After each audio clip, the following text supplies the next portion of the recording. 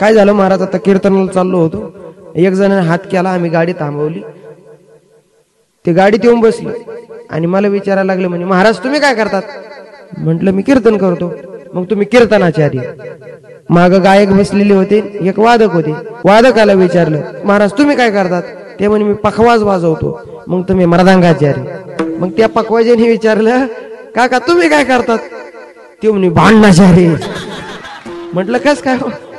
ते लोक सगळे मला गावात भांडणाचार्य म्हणतात. म्हटलं कस काय? ते म्हणे देऊ तुमचे भांडणं लावू.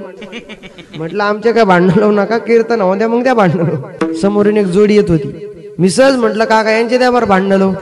उतरलं ना पट्ट्या, राम राम. तेही राम राम म्हटलं. मागच्या कोण आहेत? ते म्हणे माझी मंडळी आहे. मंडळी आहे? आणि काल कोण होत?